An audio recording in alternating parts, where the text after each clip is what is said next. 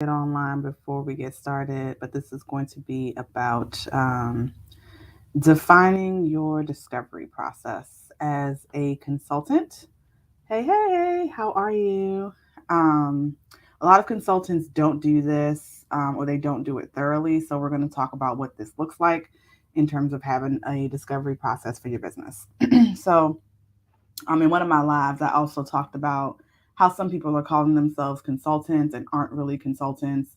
That's a whole nother story, but I just want to make sure that if you are truly in the consultant space, that you've got your discovery process on lock.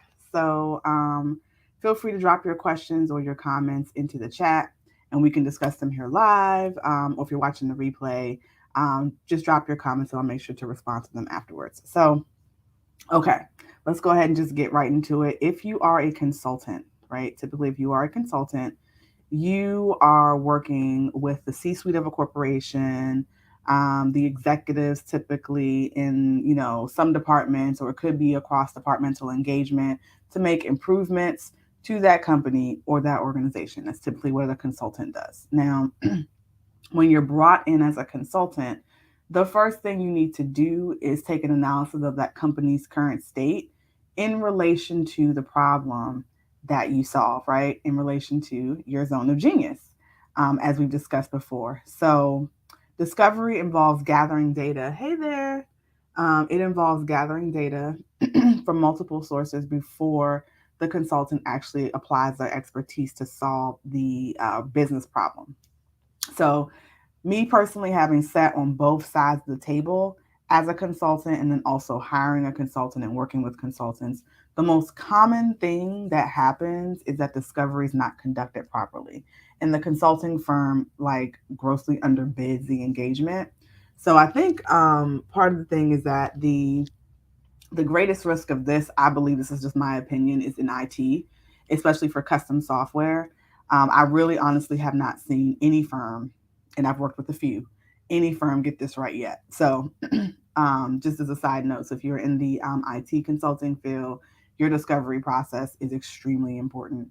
I've even seen some firms that don't do it and they're building a custom software. So I'm like, I don't even understand how you are going about that. But anyway, let's continue.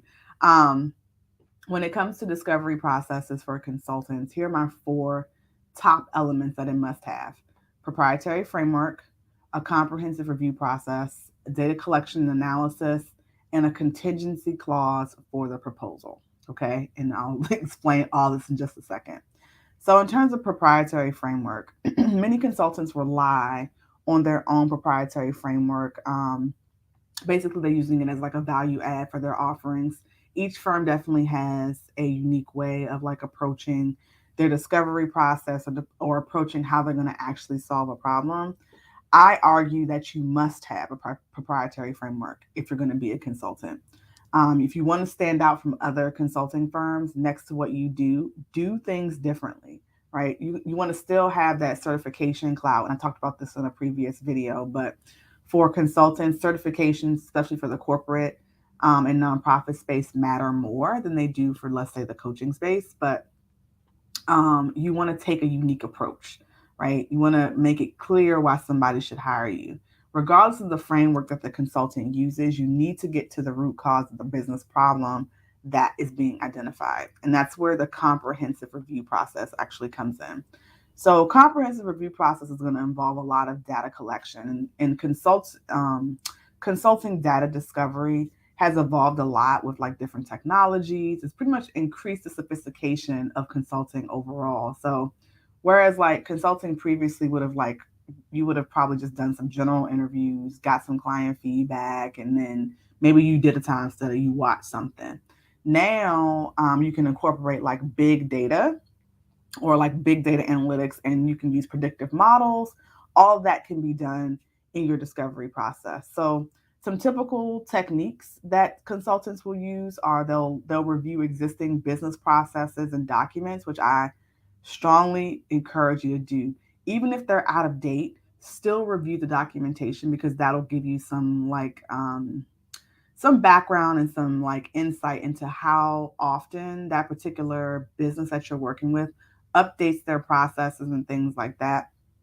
You might need to do a quantitative analysis of information, right? You might use a stat tool. So maybe if you're working with the financials, or you're trying to see like get some stats around processes, you're going to need to have some statistics tools. Then the third thing is going to be firsthand observation through hey Kiana, firsthand observation through in interviews with stakeholders. So I actually think that you should not only observe the particular processes that you're trying to fix.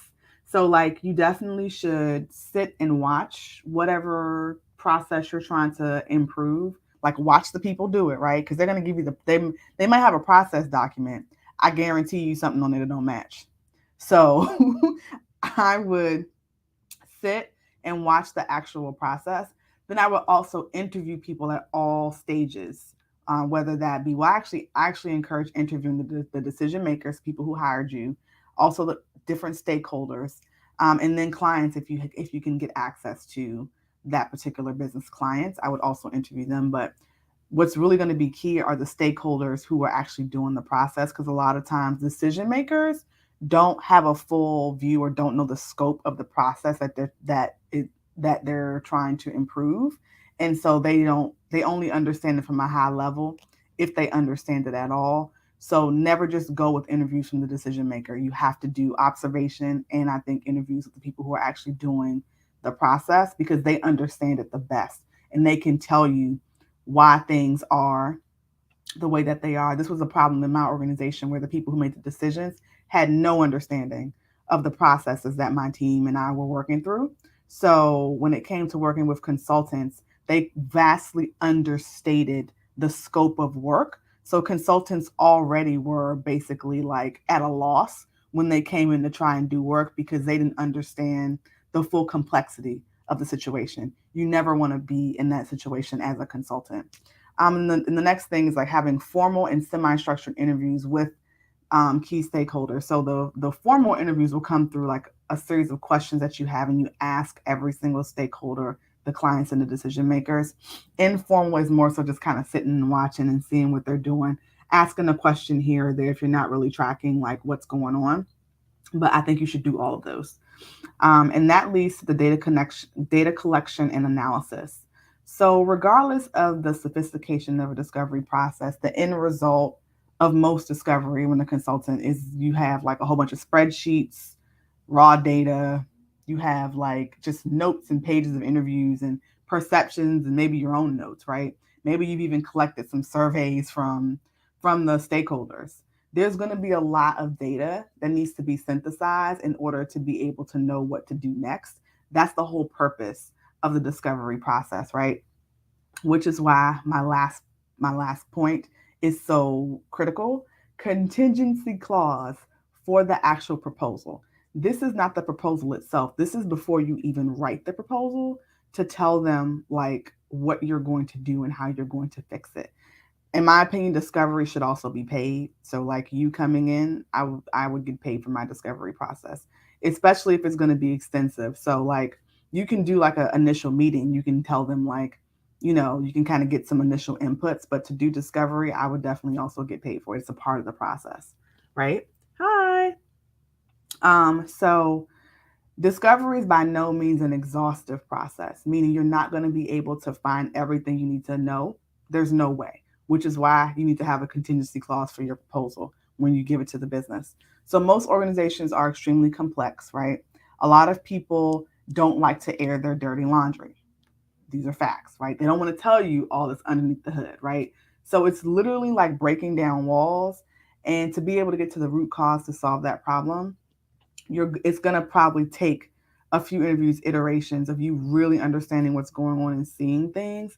And it's kind of like it's impossible to do that in just initial discovery. So I encourage consultants to do pre-discovery and what I like to call full-blown discovery. It sounds a little bit legal, but I'm telling you, this is what you need to do. You got to marry those two things together.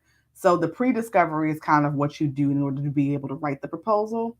And then full-blown discovery is what you do once you've been hired, right? So like there's still discovery happening, because again, I told you, companies don't want to air their dirty laundry. So you put that clause in your proposal, in your contract, because you don't know what you don't know, right?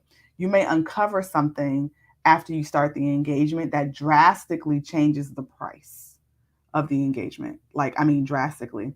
So I always like to keep my clients prepared for the unknown. And so that's why there's a pre discovery and then there's a full blown discovery. We marry those two things together so that like there's no shock when I say, yep, it's going to cost an additional X amount of dollars because this is going to add 2 months on to us being able to actually help you fix this or implement whatever it is. So hopefully I'm making sense, guys. If you have any questions, please feel free to drop your questions or your comments into the chat. I want to make sure that this is helpful, especially if you are a consultant or a new consultant and you're trying to figure your way, navigate your way around things. But consultants, they spend a considerable amount of time on discovery. So once the scope of an engagement is defined, a consultant has to collect the right data to understand exactly what needs to be done, right? This data collection could be simple. Hey, Twiggy. Data collection could be simple, or it could be complex. It just really depends on the type of engagement, the company. There's just so many other variables. So for business consulting, it can take anywhere from a couple of weeks to even months for you to complete discovery.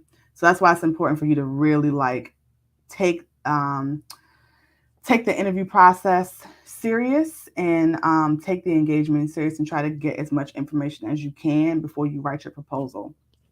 So unfortunately, this comes with experience for me, which is why I tell consultants to niche down with who they work with so that their estimates can be more accurate.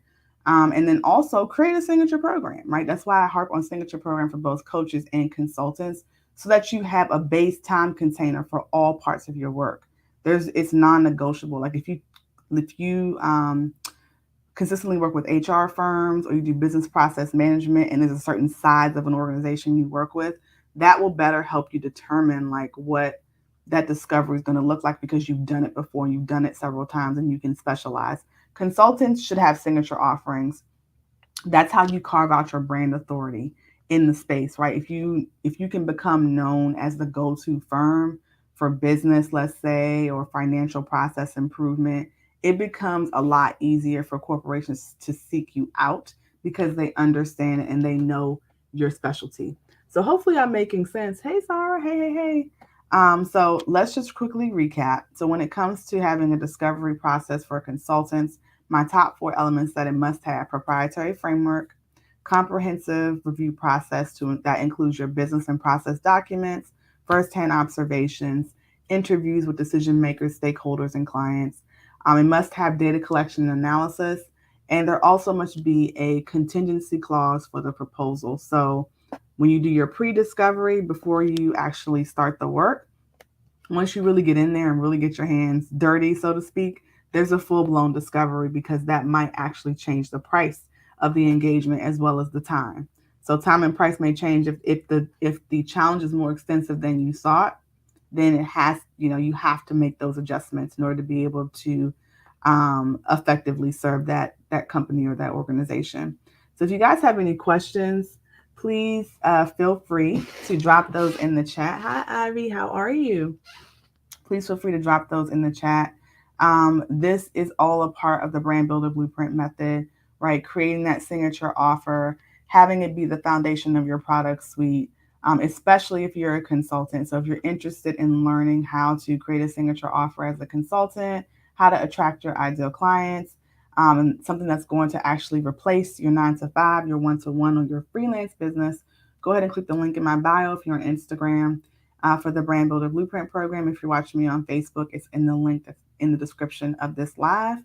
But I want to thank you guys. Hey, Latrice. I'm just really quick. I'm going to recap for you guys who are just joining me. So this live has been about discovery process for consultants. There's 4 top elements, which would be proprietary framework, a comprehensive review process to include business process documents, firsthand observations, interviews with decision makers, stakeholders, and clients if possible, data collection and analysis, and a contingency clause for the proposal. So this is one of the processes for consultants that I feel is the most important, but sometimes the most understated, because this is kind of determines the trajectory of your whole engagement with that particular company, if it's for profit, or organization, if it's nonprofit. So hopefully this has been helpful for you all. And again, if you have any questions, please feel free to drop your comments into the chat, or you can also DM me. You can DM me at Instagram. I'm at I_simply_she. Or if you're watching me on Facebook, I'm at I Simply She. But I want to thank you guys for joining me today. That's really it. A quick live. I definitely will come back and do some more stuff on consulting because, like I said before in the beginning of the live, there's confusion between a coach and a consultant. And oh, by the way, consultants, you can also add a coaching element to your consulting business. I think I talked about this. Maybe it was on Clubhouse. I can't remember, but there's a way to do that. But in order to be able to attract your ideal clients, you got to make sure that you are marketing yourself as the right thing. So hopefully you guys are having a great day. Happy Tuesday to everybody, and I will talk to you guys soon.